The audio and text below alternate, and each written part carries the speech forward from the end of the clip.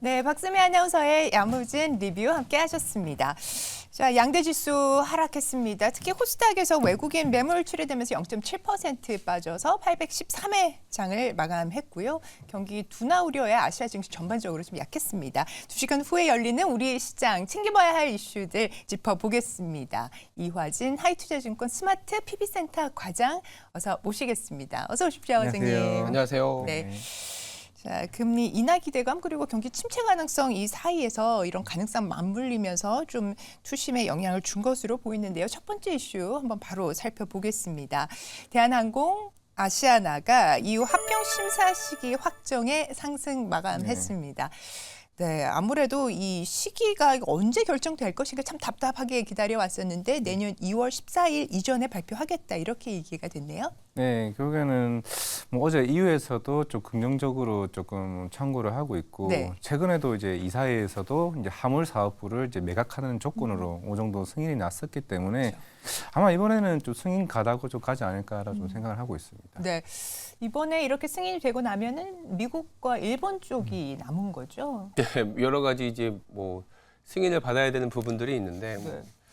EU가 제일 까다롭다고 했던 걸로 같아요. 그래서 그쪽이 좀 통과가 된다, 합병이 좀 순조롭게 된다 그러면 남은 부분들도 마찬가지일 것 같은데 네. 이제는 이제 항공이나 여객에 대한 펀더멘탈에 조금 집중을 해야 될 때인 것 같아요. 네, 어떻게 평가하십니까? 지금은 저는 그렇게 좋게 보고 있지는 않습니다.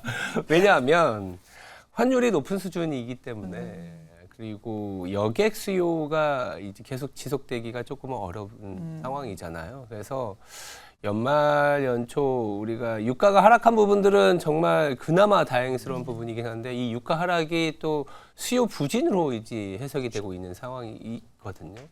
그리고 화물 쪽도 어쨌든 IT 경기에 연동이 될 수밖에 없는 상황인데 IT 경기가 지금 좋아지는 게 아니라 좋아지는 부분에 대한 스토리를 땡겨온 거라서 실제 물량이 가는 부분은 아니거든요. 그래서 화물 물량에 대한 기대도 조금 좀 떨어뜨려야 돼서 항공 쪽은 이런 이벤트로 인해서 주가가 올라왔으면 조금은 기다릴 필요가 있다라는 생각은 좀 하고 있습니다. 사실 주가가 그동안 눌려왔음에도 불구하고 네, 펀더멘털 특히나 화물 여객 모두 다 어떻게 보면 경기 둔화 영향을 바로 받을 수 있다 이런 지적이셨거든요. 네.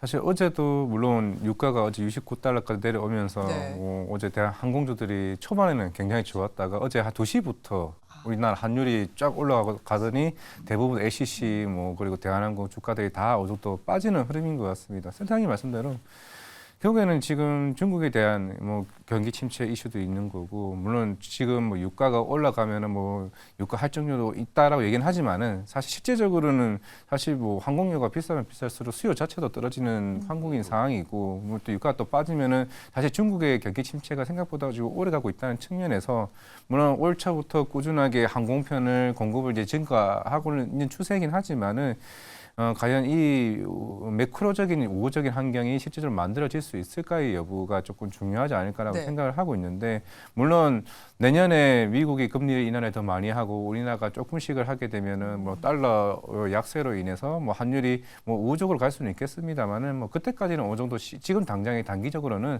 충분히 좀 피로감이 있을 수 있지 않을까라는 생각을 하고 있습니다. 네, 그러니까요. 국제 유가가 이렇게 급락을 한다 하더라도 결국 원화가 약세면은 뭐 상반되게도 움직일 수가 있는데 잠시 말씀을 주셨습니다만 과장님께서 환율에 대해서는 좀 어떻게 좀 단기적으로는 봐야 할까요? 환율이 우리나라가 지금 1,300원을 깨고 내려가면 일시적으로 다시 또 1,300원대로 돌아오고 그러거든요.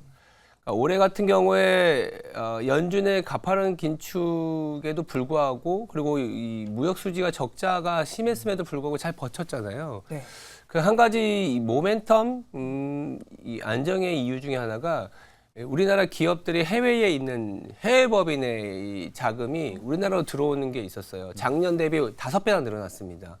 이중과세를 이제 안 해주니까. 네, 그래서 그 부분들이 상당히 많이 들어오면서 즉 이 달러가 원화로 바뀌면서 우리나라의 원화가 1,300원대에 좀 유지가 됐었던 부분들이 있었거든요. 안 좋은 경기에도 불구하고. 근데 연말 연초 넘어가면서 미국의 경기가 둔화되고 수출이 둔화되는 상황에서 경상수지가 들어오는 속도가 슬로워해진다. 경상수지가 들어오는 속도가 슬로워해진다는 거는 외환보유액이 쌓이는 속도가 슬로워해지는 거고, 그러면은 외환보유액의 증가율을 그려보면 이게 원화의 원달러 환율이에요. 네. 그래서 원달러 환율은 아마 제가 생각할 때는 연말 연초 좋게 보면 1,300원대에서 유지이고 나쁘게 보면 다시 1,300 후반대로의 움직임으로 저는 보고 있는 상황이에요. 네, 환율 전망까지 한번 살펴봤습니다.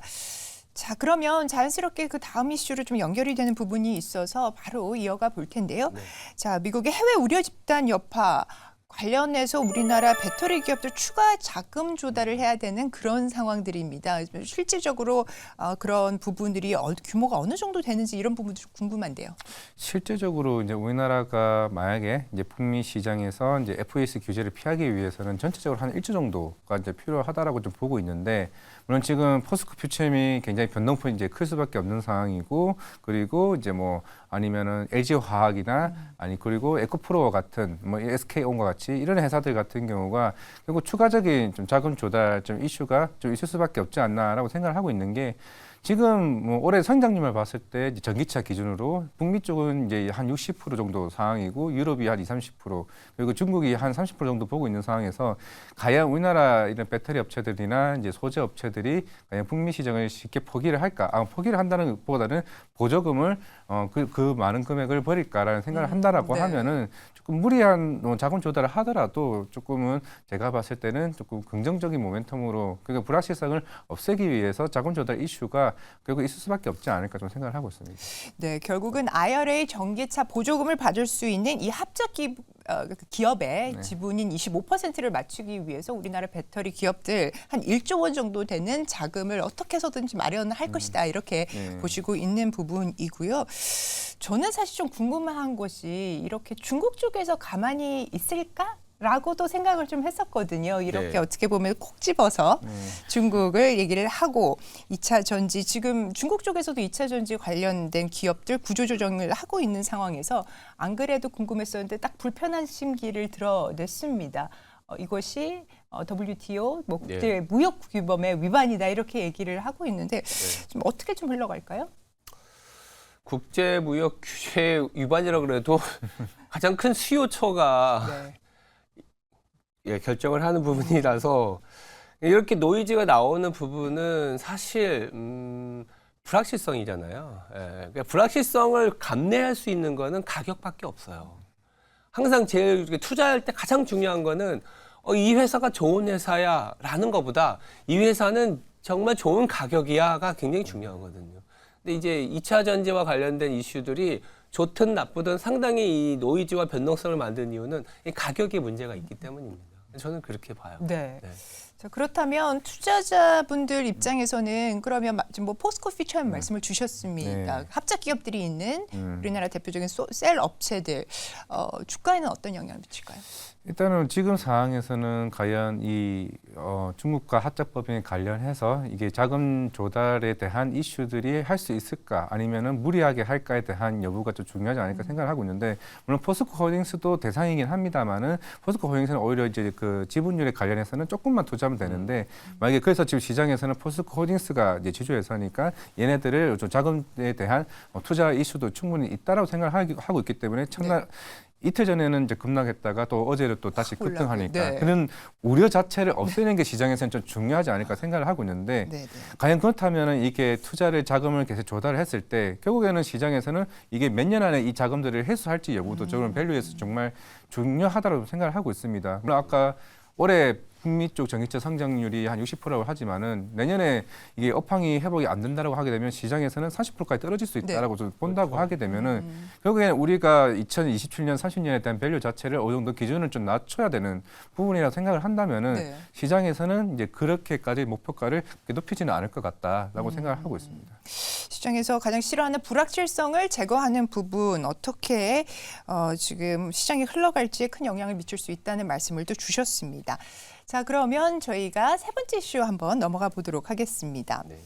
자, 실제 경제 흐름 예측하는 지표 중에 하나로 이 구리 가격을 네. 얘기를 많이 하고 있는데요. 구리를 포함한 원자재 가격들 12월에 좀 하락세 보이고 있다는 이야기가 나오고 있습니다. 특히 이제 구리 같은 경우에 11월에는 그 공급 사이드 이슈가 있어서 좀 올랐다면 12월은 좀 하락세가 두드러졌다.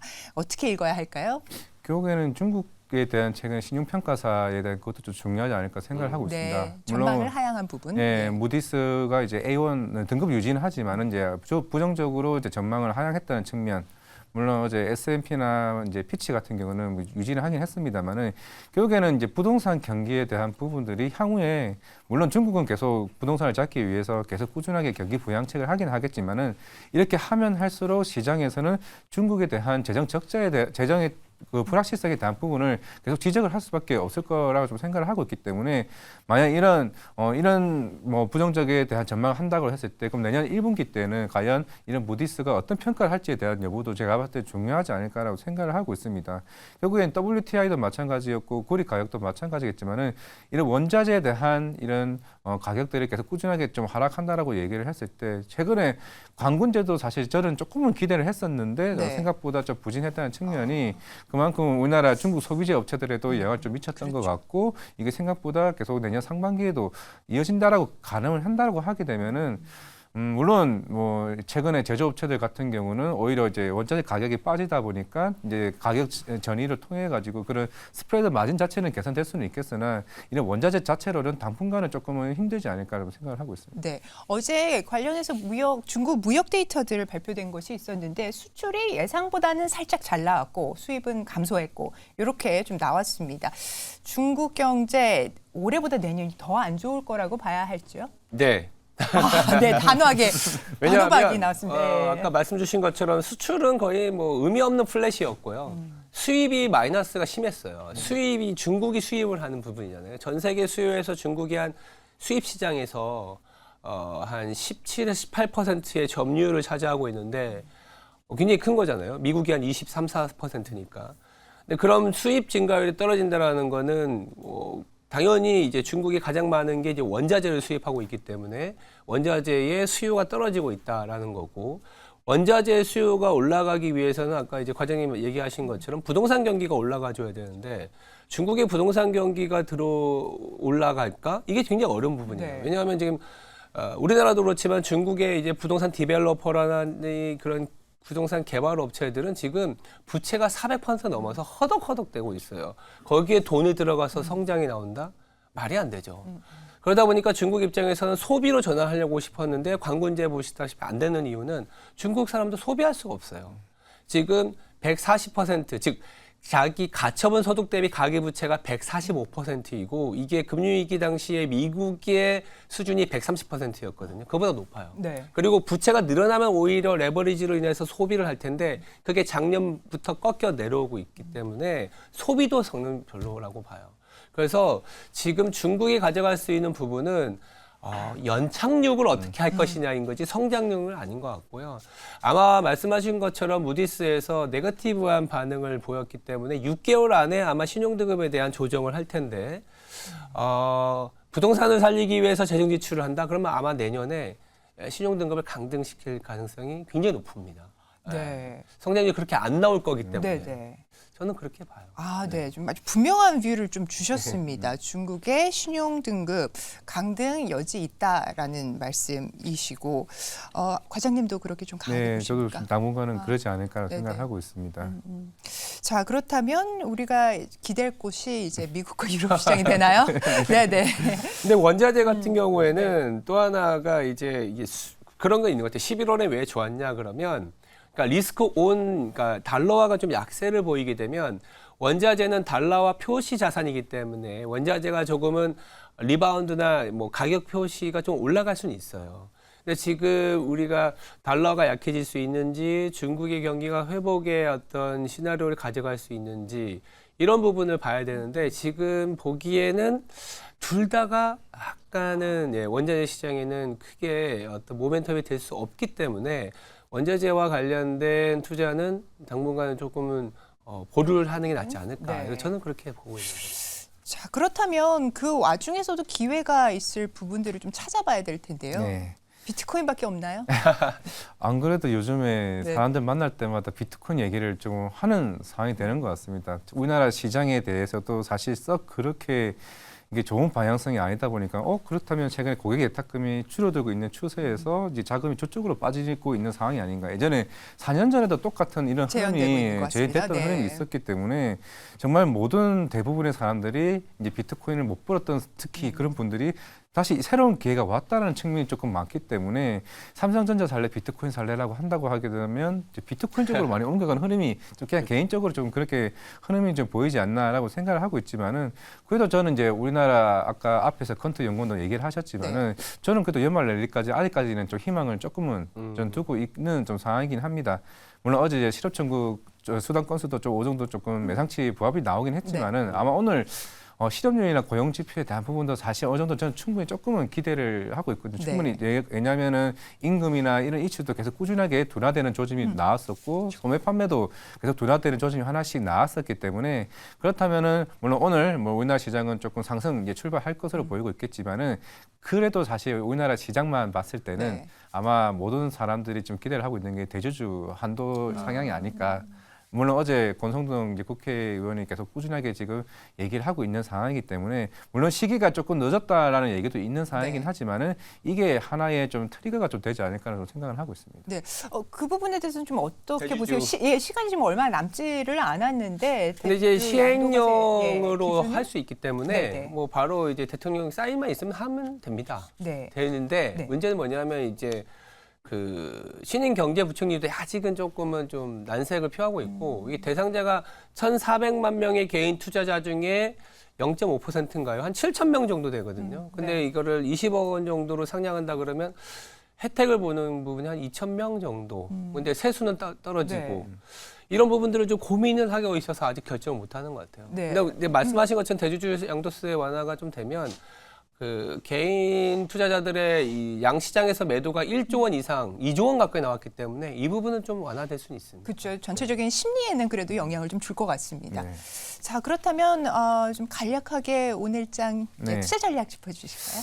네, 물론 오늘은 어느 정도 그동안 이제 반도체가 이제 꾸준히 조금 많이 빠져왔었던 거는 아까 앞에서 얘기했던 물론 올해 뭐 온디바이스 AI나 뭐 HBM 관련 뭐 이렇게 주가가 올라왔던 측면에서 그런 양도세에 대한 이게 분위기에 따라서 주가가 좀 많이 좀 매도세가 많이 나왔다고 생각을 하고 있지만은 하지만은 꾸준히 지금 외국인 측면에서는 이제 반도체 쪽으로 계속 매수세가 들어왔었기 때문에 결국 시장은 내년에 성장 산업이 가장 큰 반도체에 대한 좀 집중을 하는 필요가 있지 않나라고 생각을 하고 있기 때문에 최근 SK 하이닉스나 삼성전자가 어느 정도 전고점 거의 근방에 있는 상황에서 여기서 어느 정도 상방을 뚫는다고 하게 되면은 조금 수급적인 요인이 좀 강하게 들어오지 않을까 생각하고 있습니다. 네, 무엇보다도 산테랠리 가능성 열어두셨다는 점이 저는 좀 희망적입니다. 오늘 말씀 주신 이화진 과장님 대단히 감사합니다. 감사합니다.